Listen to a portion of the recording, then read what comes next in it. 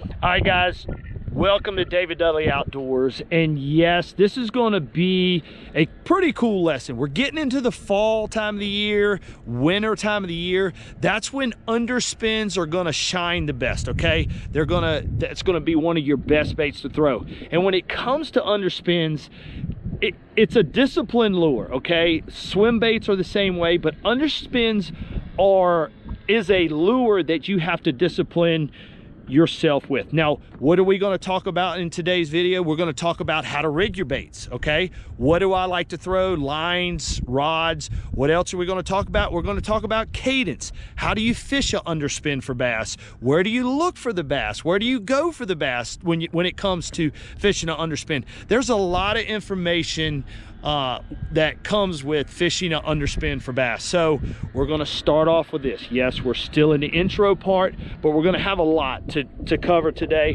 When it comes to the fall time of the year, and if you're in, it doesn't matter what lake you're on, I'm always going to look for the migration of shad, okay? Migration of shad could be, I'm going to zoom in on this map.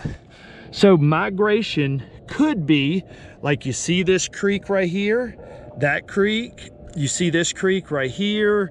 You're gonna look, like we could go all the way to the back of this creek. We're gonna look for drains. So what I mean by drain, for an example, we're gonna go like this. What do I mean by drain? Right here, let's zoom in. This is gonna be what I would call a drain. A drain is just simply, see how the drain is just in a cove. A drain is something where the deep water comes up all the way up in it. So he could be right here, he could be in this drain, but you're gonna definitely use your electronics to find the shad is the biggest key. Wherever shad are at this time of year, I'm not particularly a shad connoisseur on always have to see shad present. Nah, not really. When it gets cold and the crawdads bury themselves up, when the crawdads get up underneath rocks, that's and hibernate for the winter, then my focus kind of gears towards the shad, okay? I'm going to look for more shad, but not always am I looking for shad unless it is fall time, winter time fishing for bass. Shad is going to be my #1 presence, okay? All right, guys, let's talk a little bit about underspins. Underspin, there's a lot of different models out there that you might want to use. So for an example, we have an underspin where you can pin and almost rig it weedless. This is excellent if you're fishing around grass. If you're fishing brush piles, you can actually rig it weedless. It's got an underspin that comes up underneath it. There's a lot of different models. You could go with a willow leaf, you could go with a Colorado, but that's one example of an underspin. Another example of an underspin is it's a shad style head. This particular one has a small blade. Sometimes you're going to want big blades. I can't sit here and give you when I want to throw big heads and when I want to go throw small heads. So you got, for example, two different and size of hook matters, okay? So there's some underspins with say like a 3/0 in it, and then there's some underspins with say like a 4/0 in it. This one definitely has a bigger blade. You're going to want to match your hook up with the size bait that you intend to throw. So my suggestion is buy some smaller hooks, maybe 3/8 is kind of, 3/8 is mostly what I throw, okay? When it comes to baits, you're gonna wanna do a couple different things. You have what you would consider a straight tail, right? Just a straight tail. Doesn't have a boot tail, but a straight tail. Sometimes a straight tail is more dominant than a boot tail. Let the fish tell you what they want. Don't always get hung up on a boot tail, because I've seen times when I took a straight tail and smoked the guy in the boat with me with a straight tail and he was throwing a boot tail. Now you're going to have 3 different sizes. Typically with swim baits, you're going to come in 2.8, 3.3, 3.8, and a 4.3. Guys, use your judgment, okay? Use your judgment. If you're in early fall time of the year, when the shad are just that spawned out that spring, they're gonna be a small. See what the fish are feeding for. If you're in an area with big largemouth, well, what are you gonna do? You're gonna put a bigger swim bait on, okay? If you're in an area like we've been catching a spotted bass and some largemouth, I elect to go with like a 3.3 is kind of my go-to standard. 3.8 is if you want to get maybe a bigger bite or swing for the fences, I don't know. So when it comes to rod and reel, my choice is a 7.2 proficiency rod, spin and reel. I'm going to use 15-pound braid connected to 8-pound fluorocarbon leader, okay? I'm going to use about a 12-foot fluorocarbon leader. Speed of ratio of your reel, go with a slower speed, okay? Don't go with a high speed. It's very critical that you keep your bait in the intended depth that you want to use. When it comes to rigging a underspin, it is so important to make sure you get a rig it straight. So basically, guys, it's pretty simple. We're going to go straight in, okay? And don't get in a hurry. Do not get in a hurry, because these things have to run completely straight to have the right cadence and wiggle to it. Once I have it, I kind of straighten it up. And look at that. You see how straight that is? You want it so straight that they can't tell anything's unnatural. So when it comes to fishing an underspin, probably the biggest mistake that I see people make is they reel too fast, okay? So when you are fishing way out deep, guys, we're in 40 to 50 foot. So when you are fishing out deep, you have to be patient, because your underspin is always gonna be on the rise. So when you're making your cast, make a long cast. So I'm gonna let it sink and sink and sink, giving it naturally. When I see my line get bow, I know I'm at the bottom. So I'm going to point my rod at I'm not going to go dead straight. I'm going to point it just a little bit to the side, and I just missed them. So you're going to point it a little bit to the side. A lot of these fish, so I got excited. Now I want to show you something. I missed him, and I gave it like 4 or 5 turns. My bait went whoosh, rose up. It wasn't at the bottom, so I have to let it go back. I could have kept reeling. So now I know I'm at the bottom again. I'm reeling. I got it turned a little bit. I stopped to let it fall. And you're just doing a steady pace. You can give it a little twitch every now and again, but not much. You're just going to give it maybe a little twitch to give it. Oh gosh, missed him. See, that fish hit it. That fish hit it when I was right after. So we got to let it fall again. Oh, there he is. He's back. Back. All right, now look. You can see on my live site right here, see those fish streaking back down? Those were the fish that just followed me back in. So there he is, hit me right at the boat. How awesome is that? Saw him on live site and just saw him going down right in front of the boat, and I killed it and I caught one, okay? So I'm gonna walk you through the step one more time. That one got my tail, okay? So I'm gonna have to change tails here.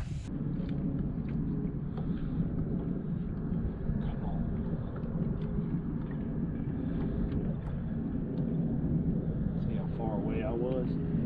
I was 20 foot off the bottom. Probably 25. Oh, look at that. I dropped it back down. I cannot give you any more better instruction than that. Now, I know this is a small one, but guys, even me just then, even and I've warned you, I said, look, do not get in a hurry. What does an underspin do when you're fishing for bass? I don't care how slow you try to reel it. It's constantly going to be on the uprise. And you just saw me, once I was in, I was like, man, I don't think I'm at the bottom. Flipped my bail, I tried to give it weight, flipped my bail, went all the way to the bottom. As soon as it went to the bottom, I turned it, I caught one. Now, if you want any more instruction than that, I don't know how much more explanation I can do. Again, I'm warning you, do not get in a hurry with the underspin. Never do that. Like, it's probably the biggest mistake I see people make when fishing for bass with the underspin is getting in too big of a hurry. You got to understand again that the bait is always on the rise.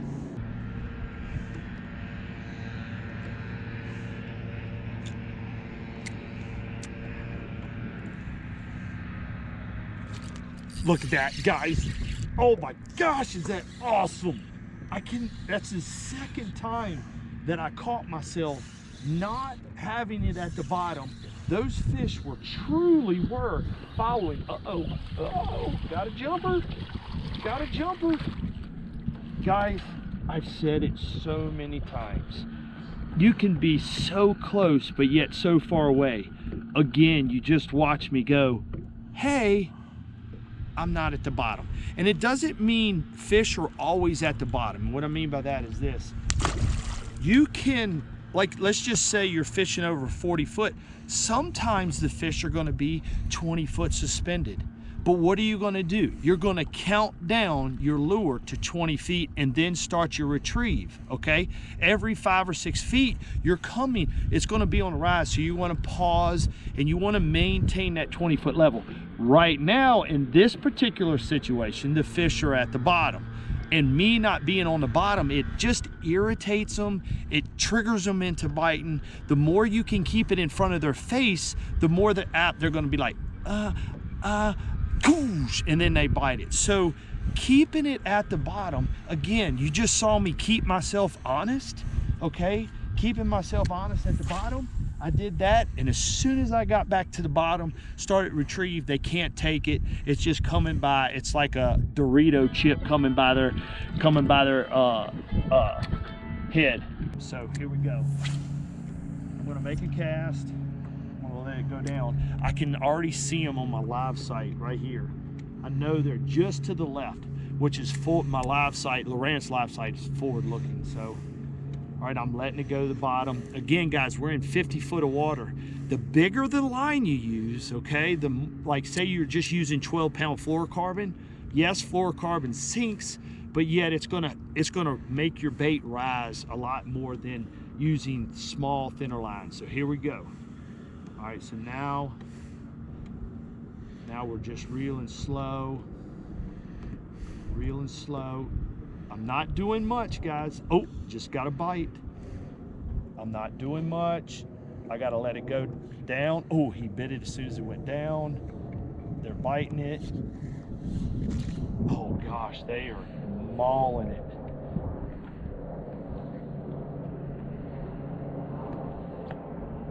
Oh, come on.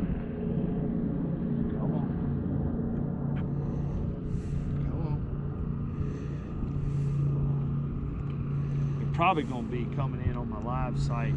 Now, a lot of times on a lot of these lakes, you'll get on a lake and it'll be a lot of white bass. You know, I can't tell you what everyone is. Oh gosh.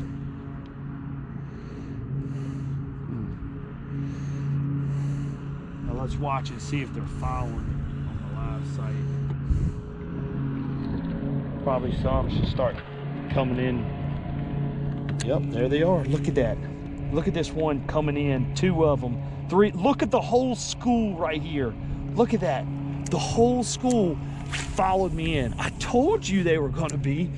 Like, I told you they're like, whatever, they're 35 foot in front of me right now.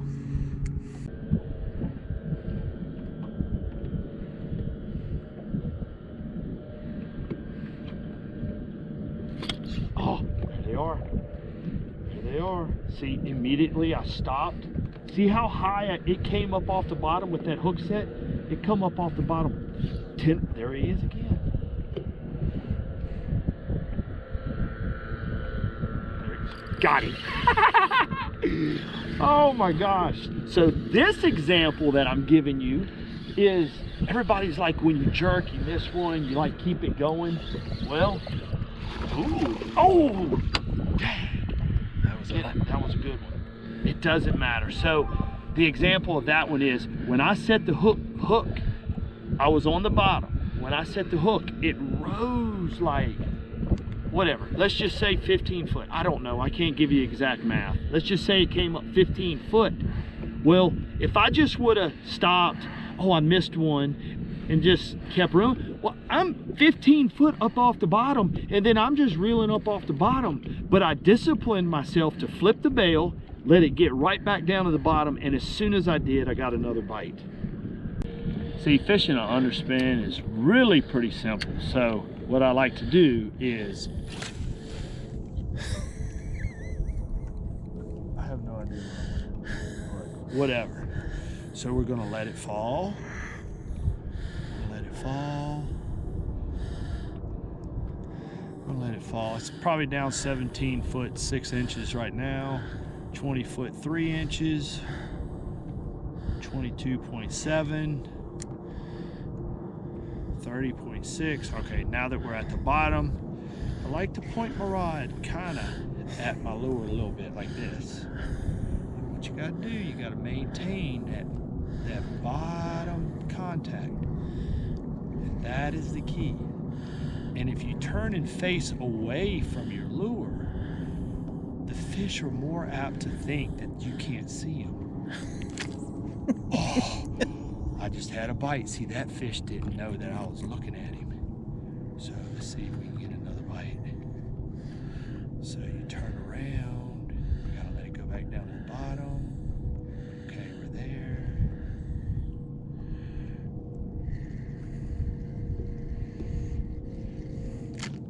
Got him. See, he didn't know that I was looking. That's the secret, guys. The secret is don't let them know that you're looking. And what you do is you bring him up over the top. Hey, buddy. See, did you see me? Because I wasn't looking at you. He thought I was looking at him. No, I thought you weren't looking at me. That's right. That's why I caught you. That fish is tore up. If that fish knew how he just got caught on an underspin, he would be like embarrassed. See if I can do 2 in a row. You can't, it's always like last cast, always. So the key is long cast. It sounded like a long cast. I have no idea where I went. All right, so now that we're out there, gotta wait till it gets to the bottom, as you guys saw in the video before, in the instructional part. Wait. Let's get close. Okay, 30 foot 6 inches. Okay, right at the bottom. All right, so just maintain that speed. Keep it at the bottom. Keep it at the bottom. Come on. Keep it at the bottom.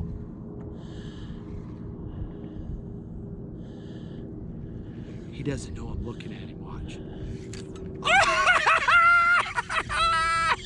I got me another! I got me another! He didn't know I was looking at him. That's the key, guys. Don't let the fish know that you're looking at them, and you can catch them every single cast. I got me one. You're ridiculous. I got one. Oh. Hey there, buddy. See, you gotta listen. You gotta let the fish tell you what they want. Let the fish tell you what they want. Hey, if you don't look at us when we're out there, we're more apt to bite your lure if you don't look at it. See? He just let the fish tell you what they want. I hate to turn this camera off, but it is getting dark on us, and we have had a blast. You haven't seen half the fish catches, but the fish catches that I showed you guys were the ones that I wanted to illustrate to you what disciplining yourself can do. A lot of times you can be out fishing, and that's what's so fascinating about this sport is you can come out here fishing and not do the right thing. You could have the right bait, which today was the underspin when we were fishing for the largemouth bass. Now you could have the right bait and never get a bite. And then I come in and say, you know, to my partner, go, how'd you do today? Well, I caught 35 today on an underspin. I threw it today, I didn't get a bite. What do you mean, did you throw a 3? Yeah, I threw it, I didn't get a bite. I don't know what to tell you. All I can do is point my finger at you and say it was your fault, all right? So remember these tips that I told you. We're in a great time of the year when you can come out, not many people on the lake, you can catch a lot of fish. Guys, I appreciate you subscribing, liking, and commenting. It means a lot to me. You guys have helped my channel grow, and I appreciate everything you guys have done. So I'm gonna give you the single outro because I'm out here trying to do this by myself. So I'm gonna give you the single outro, and until next time, I'll see you later. And back at you.